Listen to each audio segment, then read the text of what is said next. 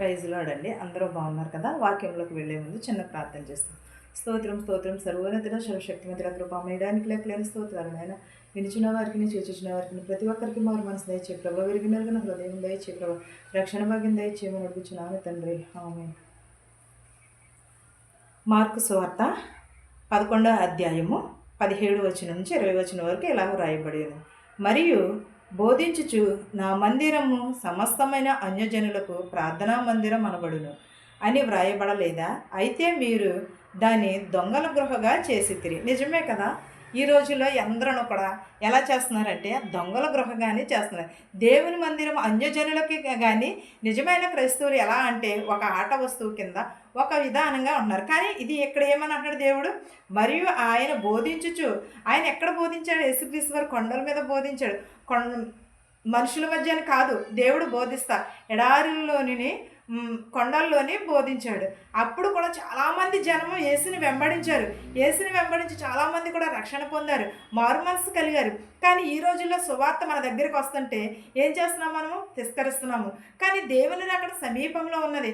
కానీ ఎంతైతే చేదరించుకుంటామో దేవుడు అప్పుడు లెక్క అప్పగించుకోవాలి. మనం అన్యజనుల కంటే మనమే అన్యజనులమా, లేకపోతే దేవుని ఎరగని వారు అన్యజనుల? దేవుని ఎరుగుని వారి కంటే దేవుని ఎరగని వారికే దేవుడు అంటే చాలా భక్తి ఉంటుంది. యేసుక్రీస్తు అంటే చాలా భయము భక్తి కూడా ఉంటుంది. కానీ మనము ఈ లోకపు వైపు చూసి ఏం చేస్తున్నామంటే దేవునిని మర్చిపోతున్నాం. దేవుని అక్కడ సమీపంలో ఉన్నది. ఏమంటున్నాడు?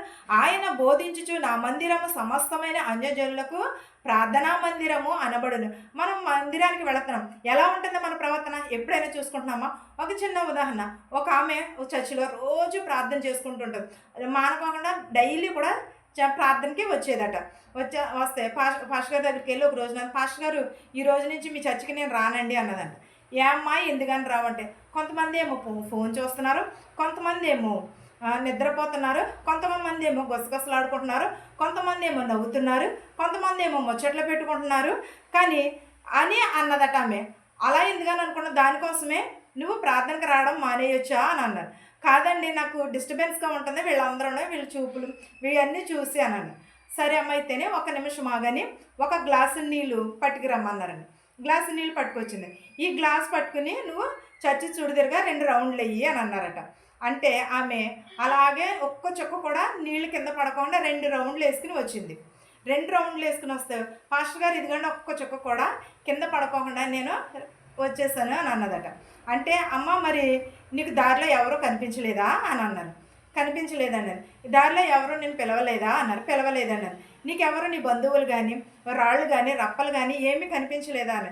ఏమీ కనిపించలేదండి పాస్టర్ గారు అని అన్నాను. నేనే ఎంతసేపు నా ధ్యాస అంతా ఈ గ్లాస్ మీదే ఉంచాను. నేను ఈ గ్లాస్ని అలా చూస్తూ వచ్చేసాను, కింద నీళ్ళు ఎక్కడ పడిపోతాయా అనేసి అని చెప్పిందట.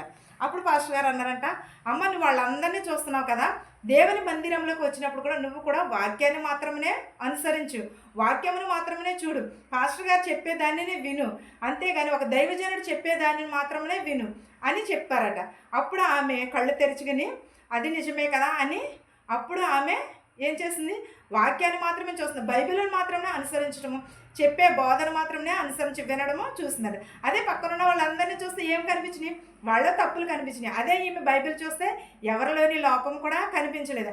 అలాగే మనుషులము మనము దేవుని మందిరంలో ఉన్నప్పుడు వారిని వీరిని చూడటం కాదు, వాక్యమును మాత్రమే అనుసరించారు. దేవుని మందిరం ఏమై ఉన్నది? అన్యజనులకు ప్రార్థనా మందిరం అనబడుచున్నది అని వ్రాయబడలేదా అని అన్నారు. అయితే మనం అందరం ఏం చేస్తున్నారు? అది దొంగల గృహగా చేయుచున్నారు. దొంగల గృహగా చేసి శాస్త్రులను ప్రధాన యాజకులను ఆ మాట విని జనసమూహమంతయు ఆయన బోధకు బహుగా ఆశ్చర్యపడుట చూచి ఆయనకు భయపడి ఆయనను ఎలాగూ సంహరించుదుమా అని సమయము చూచుచుండిరి. ఎందుకు? దేవుడు ఇంత ఇలా బోధించుచున్నాడు కదా, ఇంత ఇలా చేస్తున్నాడు కదా అనేసి వారిని దేవుడిని ఎలా మంచి చేసేవారికి ఎవరికైనా నచ్చుతారా? మంచి చేస్తే ఎవరికైనా నచ్చరు. మంచి చేసేవారికి అందరూ కూడా శత్రువులే, అదే చెడు చేసేవారికి అయితే అందరూ కూడా మిత్రులే. అలాగే మనం కూడా ఏంటంటే దేవుడు అందరికీ మంచిగా చేశాడు. అందుకని ఏం చేశారంటే బోధకుడిని ఎలా చంపాలా, ఎలా పట్టుబడించాలా అని ఆయనకు భయపడి నేను అలా ఎలాగో సంహరించాలా, ఆయన మాటలకు భయపడి ప్రధాన యాజకులను శాస్త్రులను కూడా ఆయన మాటలకు ఎలాగూ చూడాలా అనేసి ఎలాగ చంపాలని వారందరూ కూడా అనుకున్నారు. సాయంకాలం అయినప్పుడు ఆయన పట్టణంలో నుండి బయలుదేరాడు. ఎక్కడ నుంచి? ఒలీవ కొండ నుంచి సాయంకాలం అయినప్పుడు ఆయన అక్కడ నుంచి బయలుదేరాడు. అక్కడ బయలుదేరినప్పుడు ఆయన నుంచి జనసమూహం అనేక మంది కూడా ఆయన చుట్టూ కూడా పట్టణంలో బయలుదేరారు. ప్రొద్దున్న వారు మార్గమున పోవుచుండగా అంజూరపు చెట్టు వేళ్ళు మొదలుకొని మొండి ఉండుట చూచిరి. ఎలాగో ప్రొద్దున్న వారు మార్గంలో పోవచుండగా అంజూరపు చెట్టు వేళ్లను మొదలుకొని ఎండి ఉండుట చూశాను. అంటే అంజూరపు చెట్టు తగిన కాలం నుండినే ఫలం ఇస్తుంది, కానీ ఎప్పుడు పడితే అప్పుడు ఏ చెట్టు అయినా సరే అంతే కదా, ఏ సమయం ఉంది ఏది ఇవ్వాలో అదే చేస్తాయి. ఇప్పుడు మామిడికాయల సీజను, ఈ సీజన్లో ఏం చేస్తారు, మామిడికాయలనే చూస్తారు. అలాగే మనము సపోటా కాలంలో సపోటాలు ఎప్పుడును కూడా కాసేవి ఏమిటంటే కొబ్బరికాయలు ఎప్పుడును కూడా కాస్తూ ఉంటాయి. అవి చాలా చెట్లు కూడా ఎప్పుడు కాస్తూనే ఉంటాయి.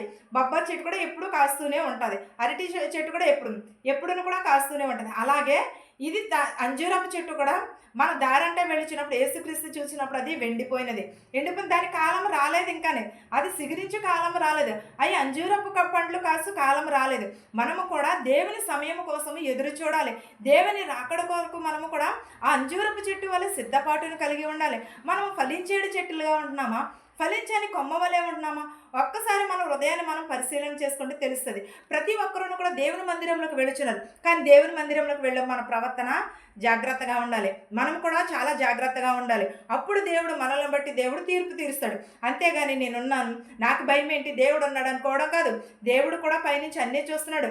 చీకట్లో చేసింది చూస్తున్నాడు, వెలుగులో చేసింది చూస్తున్నాడు. ప్రతి ఒక్కటి కూడా చూచుచున్నవాడైనా ఆయనకు చాటు మరుగైనది ఏది కూడా లేదు. ఆయన సమస్తమును కూడా చూచుచున్నవాడు. మనం చీకట్లో ఏం చేస్తాము, మన మందిరంలోకి వెళ్ళి ఏం చేస్తాము, లేకపోతే ఎక్కడ నుంచి మనం ఏం చేస్తున్నాం అనేది మనందరిని కూడా చూచుచున్నవాడు ఆయన. చాటు మరుగైనది ఏది కూడా లేదు. ఈ వాక్యము మనందరమును కూడా హృదయాలలో నింపుకోవాలని అడుగుచున్నాను. ఆమేన్. ప్రార్థించుకుందాం. స్తోత్రం స్తోత్రం సర్వోన్నతుడ సర్వశక్తిమంతుడా కృపామయుడానికి లెక్కలేని స్తోత్రాలు నాయన. వినుచున్న వారికి చూచుచున్న వారు ప్రతి ఒక్కరికి మారు మనసు దయచే ప్రభా. మా శత్రువుల మిత్రువులు దీవించిన ఆయన, ధనికులనేమి భేదాలనేమి దీవించిన ఆయన ప్రభా. ప్రతి ఒక్కరికి మారు మనసు దయచే ప్రభా. విరిగి నలిగిన హృదయం దయచే ప్రభా. నీ రక్షణ భాగ్యము మాకు అందించమని అడుగుచున్నాను నాయన ప్రభా. యేసయ్య అనేకమైన చోట్ల స్వార్థను ప్రకటించుటకు సహాయం చే ప్రభా. నేను చిన్నవారు మొదలుకొని పెద్దవారి వరకు దీవించిన ఆయన ప్రభా. నాయన ప్రభా నీకు స్తోత్రాలు, నీకు వందనాలు నాయన ప్రభా. విరిగి నలిగిన హృదయమును దయచేయమని అడుగుచున్నాను నాయన ప్రభా. నాయన ప్రభా పెద్దవరాలు బిడ్డలను దీవించి, పెద్దవరాలను దీవించి నాయన ప్రభా. చిన్న బిడ్డలను దీవించి ప్రభా, పెద్దవారిని దీవించి నాయన ప్రభా. ఇతర దేశాల్లో పనిచేసుకున్న వారికి శక్తిని బలమును దయచే ప్రభా. ప్రతి ఒక్కరికి మారు మనసు దయచేయమని, నా కుటుంబంలో కూడా జ్ఞాపకం చేసుకోమని అడుగుచున్నాను ప్రభా. అనేకమైన రోగములతో వ్యాధులతో బాధపడుచున్నారు ప్రభా.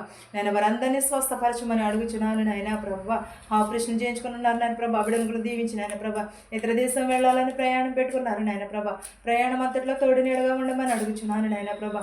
ప్రయాణాల కాపుదల ఉంచమని అడుగుచున్నాను ప్రభా. సఫలతను దయచే ప్రభా. నేను ప్రభా ఆ కార్యము జరుగుటకు సహాయం చే ప్రభా. నేను ప్రభ వెళ్ళుచుండగా ప్రభా నీ రాకపోకలేందు తోడుగా ఉండమని అడుగుచున్నాను నాయన ప్రభా. ప్రతి ఒక్కరికి రక్షణ భాగ్యం దయచేయమని, నా ప్రార్థనను నీ పాసాన్ని చేర్చుకోమని యేసు నామములో బ్రతిమలు వేడుకొనిచున్నాను తండ్రి. ఆమేన్. పరలోకమందున్న మా తండ్రి, నీ నామము పరిశుద్ధపరచబడునుగాక, నీ రాజ్యం వచ్చునుగాక, నీ చిత్తము పరలోకమందు భూమిందు నెరవేరినట్లును మనిదిన ఆహారము నేడుమకు దయచేయము. మరణస్తులను మేము క్షమించిన ప్రకారము మరణములను క్షమించము. దుష్టుని నుండి శోధన నుండి తప్పించుము. రాజ్యమును శక్తియు మహిమయు నిరంతరము నీవై ఉన్నావు మా తండ్రి. ఆమేన్. చూచుచున్న వారికి నా కుటుంబము పైన సదాకాలముని కృప తోడయ్యుండునుగాక. ఆమేన్. ఆమేన్. అందరికీ వందనాలు.